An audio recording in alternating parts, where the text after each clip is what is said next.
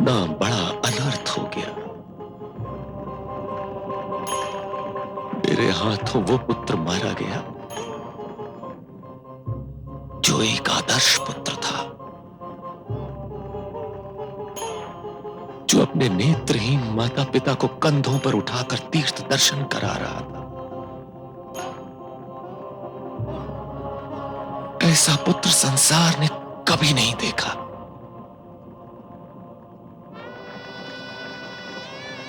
धिक्कार है मुझे, धिक्कार है। मेरे लिए कड़े से कड़ा दंड भी साधारण है।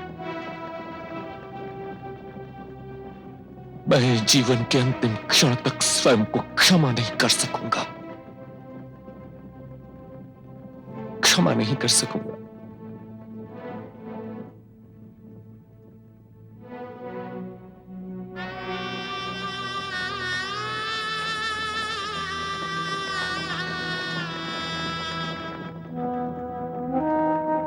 मैं इस योग्य तो नहीं,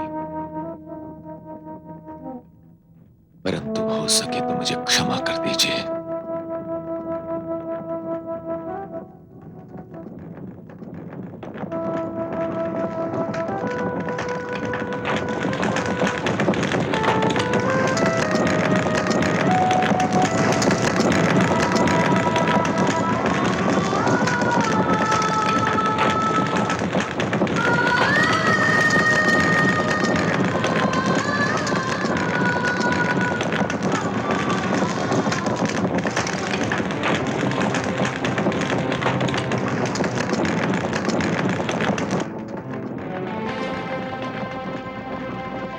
आपने मुझे पुत्र वियोग का श्राप दिया है। कदाचित आपको ज्ञात नहीं था कि दो पत्नियों के होते हुए मेरे एक भी संतान नहीं।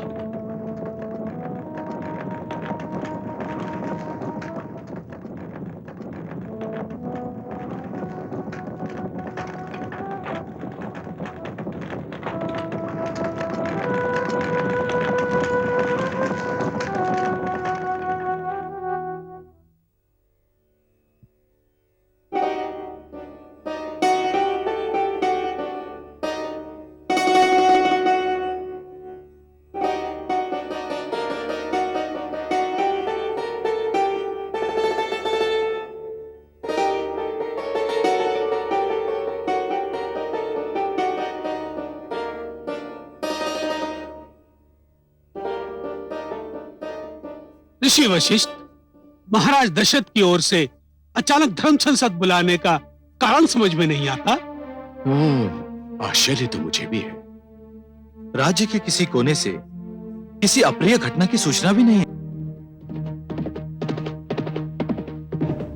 लगता है महाराज आ रहे हैं।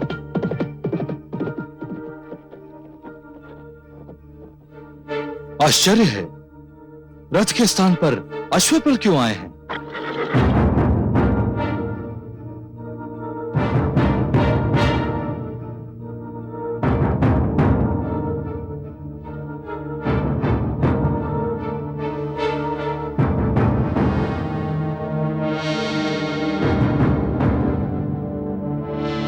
यशस्वी राजन, आपके नेत्र साक्षी है कि आप कोई बहुत ही दुखद घटना देखकर आ रहे हैं। हाँ गुरुदेव, जो दुखद घटना मैंने देखी है उसके साक्षी केवल मेरे नेत्र हैं। किसी और ने यह घटना नहीं देखी। मैं एक पुत्र और उसके माता पिता की मृत्यु का उत्तरदायी हूं और धर्म संसद से दंड चाहता हूं। हम जानना चाहेंगे कि क्या हुआ और कैसे हुआ। पशु के धोखे में मैंने शब्द भेदी बाण चलाकर एक युवक की हत्या कर दी, और जब यह समाचार उसके नेत्रहीन माता पिता को मिला तो दुख के कारण उन्होंने भी प्राण त्याग दिए। राजन, इस घटना का कोई साक्षी है? जैसा कि मैंने आपको बताया, इस घटना के साक्षी केवल मेरे नेत्र हैं। फिर तो आप चाहते तो इस घटना को छुपा भी सकते थे। किससे? संसार से। और अपने आप से? क्या मैं स्वयं को विश्वास दिला सकता हूं कि श्रवण की मृत्यु मेरे शब्द भेदी वाण से नहीं हुई? कि उसके नेत्रहीन माता पिता इस दुख को सहन नहीं कर सके?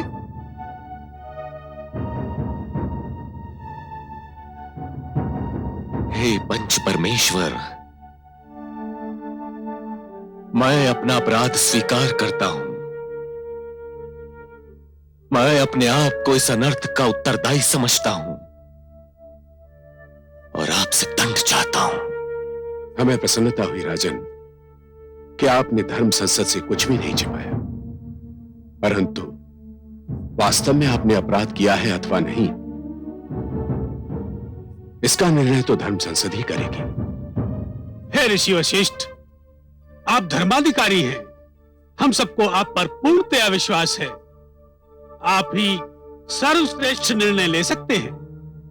नहीं ऋषि बोला, मैं महाराज दशरथ का कुलगुरु भी हूं। मेरे निर्णय पर शिष्य के पक्षपात का आरोप भी लग सकता है। आप जैसे महान ऋषि पर कौन पक्षपात का आरोप लगा सकता है ऋषि वशिष्ठ? समस्त संसार आपकी महानता से परिचित है। ऋषि भारद्वाज, हो सकता है आज ये आरोप मुझ पर न लगे, परंतु मैं भविष्य में भी किसी को आरोप लगाने का अवसर नहीं देना चाहता। इसलिए मैं महाराज से आग्रह करूंगा कि वे ऋषि पुलह, अत्रि, अंगिरा अथवा ऋषि भारद्वाज में से किसी को चुन लें और उन्हीं का निर्णय मान्य होगा। हे पंच परमेश्वर, ऋषि वशिष्ठ के अतिरिक्त आयु और तपोबल में ऋषि भारद्वाज को श्रेष्ठतम माना जाता है। इसलिए मैं ऋषि भारद्वाज को धर्माधिकारी नियुक्त करता हूं।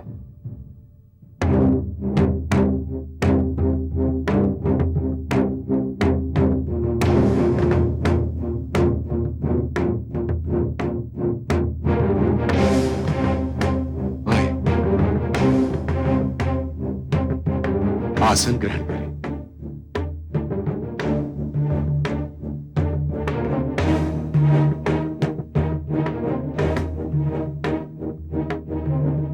हे राजन, समस्त वृत्तांत जानकर हम इस निष्कर्ष पर पहुंचे हैं कि आपने उन तीनों की हत्या का कोई निश्चय नहीं किया था। यह सत्य है कि श्रवण कुमार की मृत्यु का कारण आपका ही वो शब्द वेदी बाण था, परंतु इसमें आपके निश्चय की कोई भूमिका नहीं थी। यह एक चूक थी जो किसी से भी हो सकती है। और रहा श्रवण कुमार के माता पिता की मृत्यु का प्रश्न, तो यह सर्वथा स्पष्ट है कि वे दोनों अपने पुत्र की मृत्यु का दुख सहन नहीं कर पाए।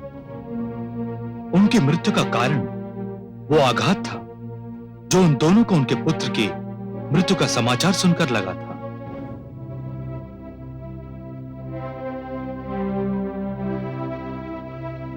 इसलिए हे राजन, मैं आपको इस हत्या का अपराधी नहीं समझता, और क्योंकि आपने सत्य से कार्य लिया, इसलिए आपको किसी तरह का दंड देना भी अनुचित होगा। किंतु हे राजन, शब्द भेदी बाण सदैव ध्वनि को सुनकर चलाया जाता है, और यह ध्वनि किसी की भी हो सकती है, जैसा कि श्रवण कुमार के विषय में हुआ। इसलिए यह धर्म संसद आपको आदेश देती है कि आप भविष्य में कभी शब्द भेदी बाण का प्रयोग नहीं करेंगे, और यही आपका प्रायश्चित होगा। मुझे धर्म संसद का निर्णय अक्षरशः स्वीकार्य है। मैं इस निर्णय के समक्ष शीश नवाता हूं और वचन देता हूं कि जीवन में शब्द भेदी वाण का प्रयोग कदापि नहीं करूंगा।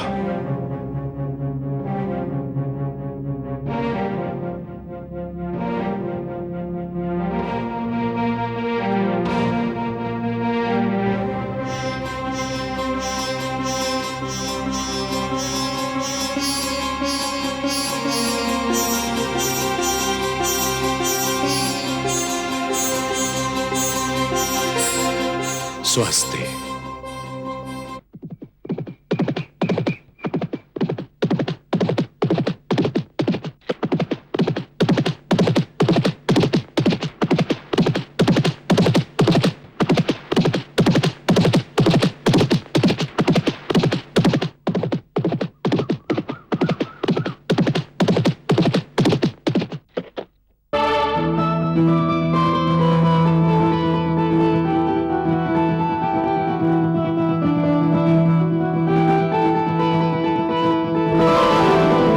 कौशल्या की जय हो। महाराज आखिर से लौट आए हैं और किसी भी क्षण राजभवन में प्रवेश कर सकते हैं। महारानी सुमित्रा को सूचना दो और उनसे कहो कि मैं महाराज के स्वागत के लिए राजभवन के द्वार पर जा रही हूँ। वे भी वहीं आ जाएं। जो आज्ञा। और हाँ, महाराज के स्वागत के लिए 2 दीप थालों की व्यवस्था की जाए, एक मेरे लिए और एक महारानी सुमित्रा के लिए।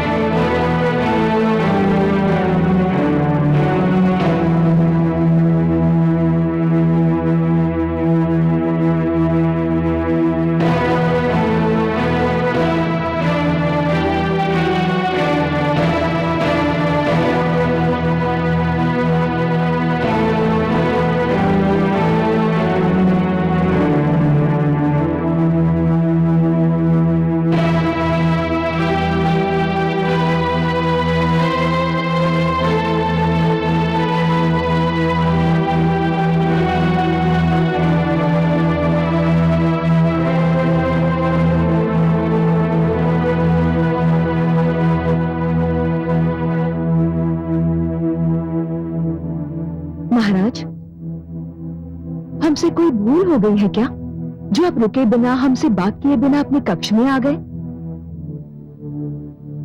क्षमा चाहता हूं महारानी कौशल्या, मैं बहुत थका हुआ हूं। केवल थके हुए नहीं महाराज, आप बहुत अधीर भी दिखाई दे रहे हैं।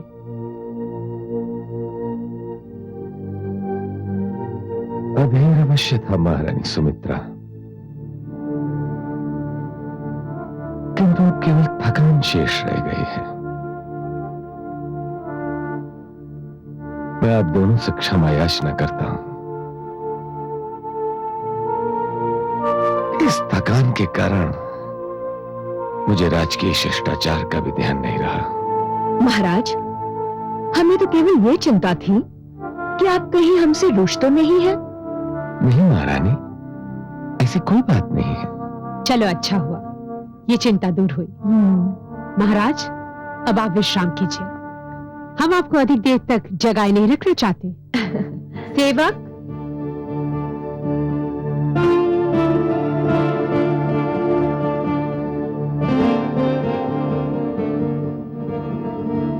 महाराज की जय हो। क्या है? महाराज को विश्राम करने दिया जाए। जो आज्ञा। किंतु पड़ोसी राजा कैकेयी से कोई बहुत ही आवश्यक संदेशा लेकर आया है। कैकेयी दूत के ठहरने का प्रबंध करो और उसे कहो कि महाराज प्रातःकाल से पहले किसी से नहीं मिल सकते। जो आज्ञा महारानी। ठहरो, कैकेयी दूत से कहो कि हम उनसे मिलने आ रहे हैं। जो आज्ञा। किंतु महाराज, आप बहुत थके हुए हैं, उससे कल भी भेंट हो सकती है। नहीं महारानी,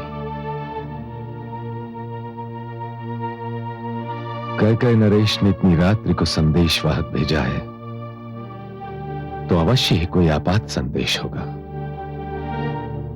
पड़ोसियों की पुकार का अंतिम अक्षर समाप्त होने से पहले यदि उनकी सहायता के लिए न पहुंचा जाए, तो स्वयं को सभ्य कहना अनुचित है। मैं जाता हूं।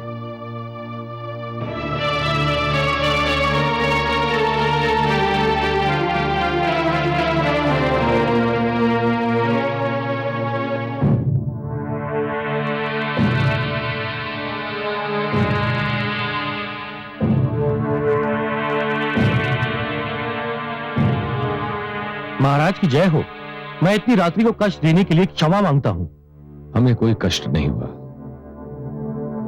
हम केवल ये जानना चाहते हैं कि महाराज कैकेयी को कोई कष्ट तो नहीं। कष्ट नहीं राजन, वो तो घोर संकट में है।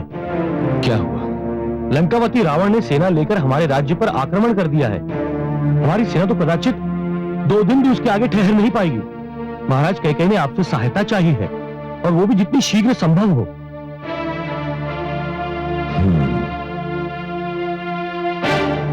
पड़ोसियों की सहायता करना हमारा धर्म है।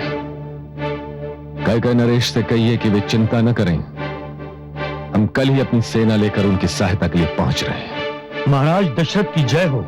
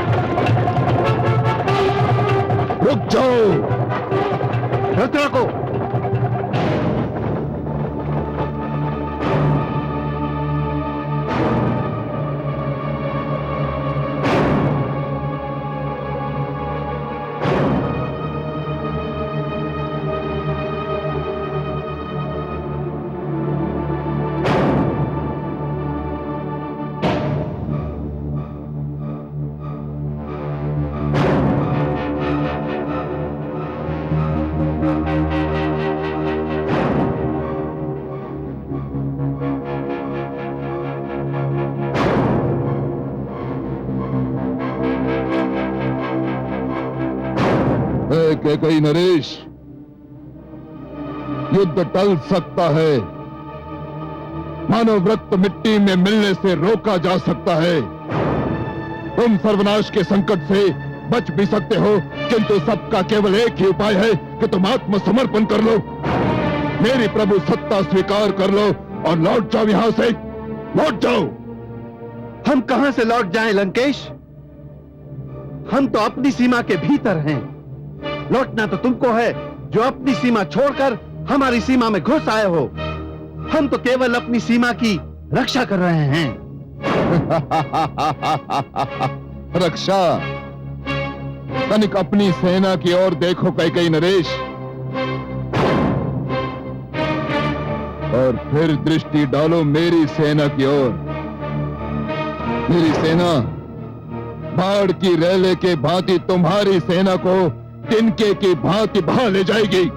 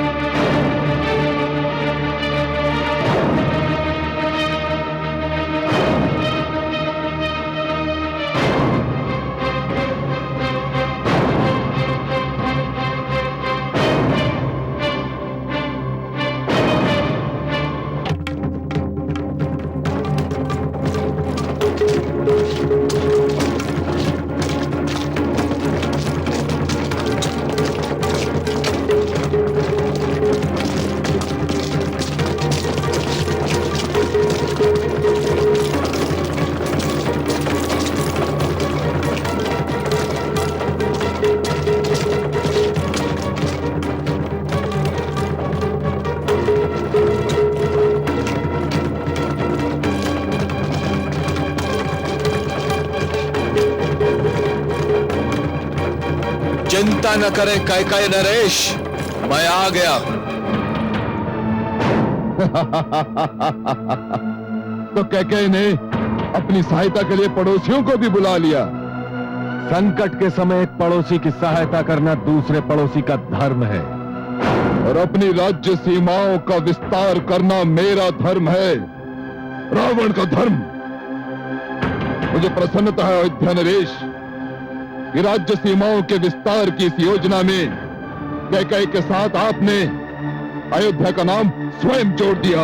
हे लंकेश, बलपूर्वक अपनी सीमाओं का विस्तार करना प्रकृति के सिद्धांतों के विपरीत है।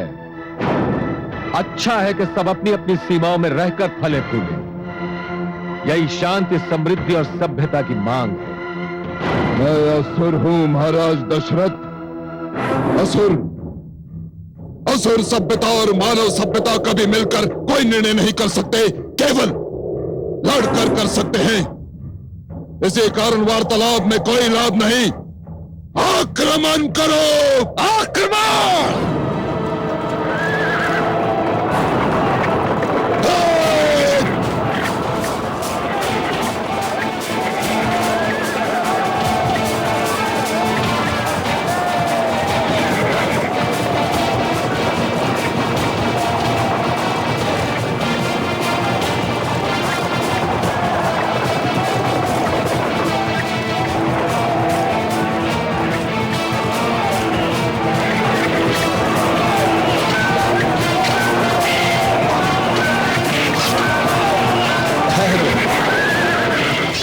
सावधान महाराज दशरथ, सावधान।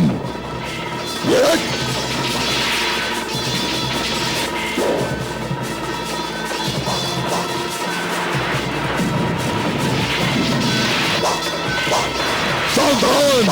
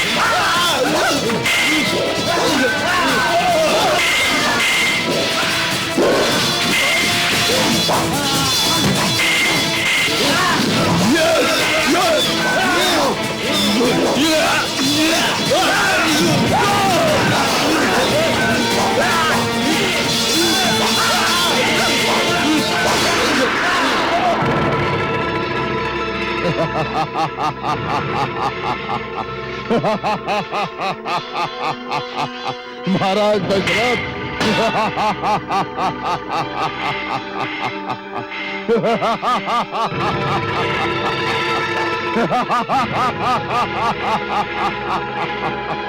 तुम मुझे नहीं मार सकते। मैं रावण हूं, रावण।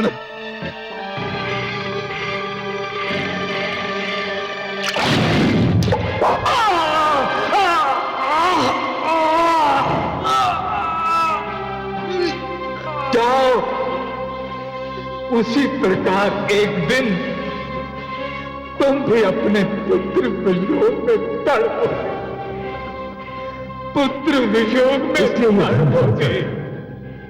आपको आदेश देती हूं कि आप भविष्य में कभी शब्द भेदी बाण का प्रयोग नहीं करेंगे। मुझे धर्म संसद का निर्णय अक्षरशः स्वीकार्य है और वचन देता हूं कि जीवन में शब्द भेदी बाण का प्रयोग कदापि नहीं करूंगा। महाराज दशरथ, मैं यहां हूं।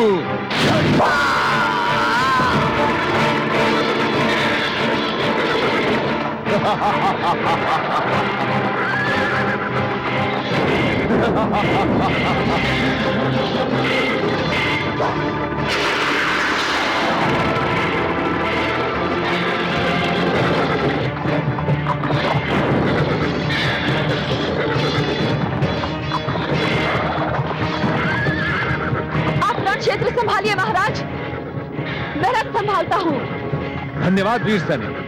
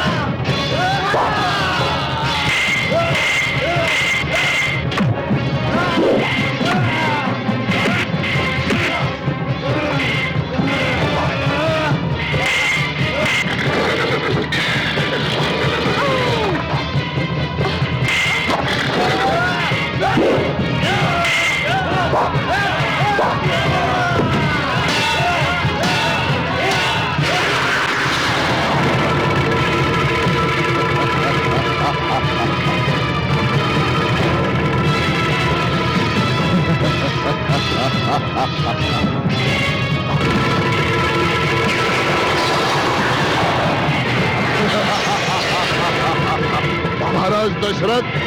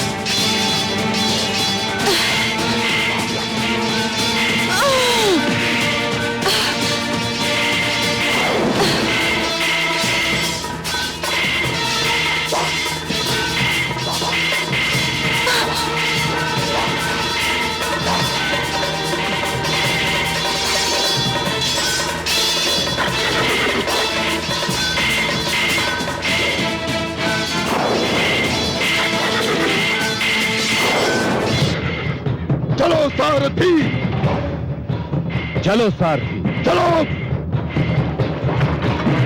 चलो।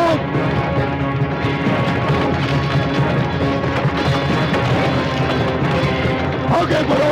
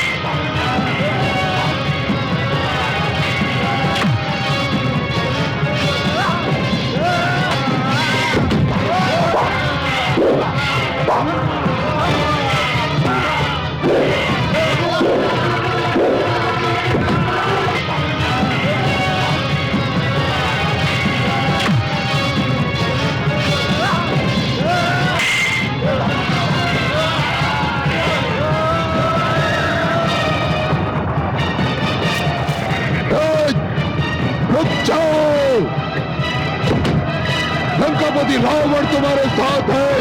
रुक जाओ, मैं कहता हूं रुक जाओ, रुक जाओ। लंकापति रावण तुम्हारे साथ है, रुक जाओ, मैं कहता हूं रुक जाओ।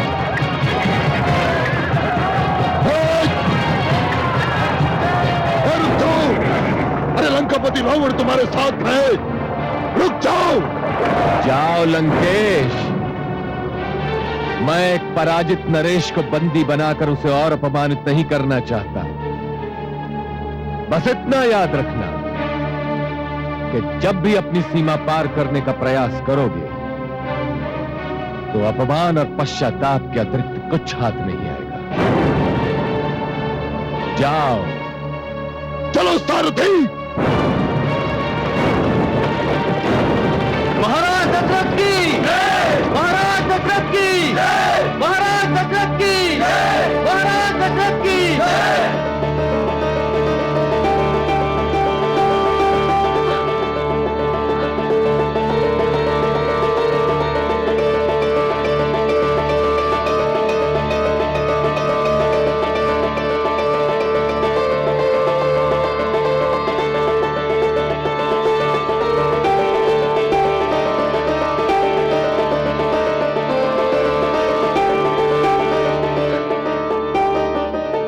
मेरा रथ संभालने वाली, 2 बार मुझे घातक आक्रमण से मेरे प्राणों की रक्षा करने वाली वीरांगना, तुम कौन हो? मैं कैकेयी नरेश की पुत्री कैकेयी हूं महाराज। कैकेयी नरेश ने तुम्हें युद्ध में भाग लेने की अनुमति कैसे दी? मैंने अनुमति मांगी ही नहीं। जब मैंने सुना कि अयोध्या नरेश दशरथ मेरे पिताश्री की सहायता के लिए आ रहे हैं, तो मैंने भी निर्णय कर लिया कि ऐसे पड़ोसी का धर्म निभाने वाले की सेवा मैं अवश्य करूंगी।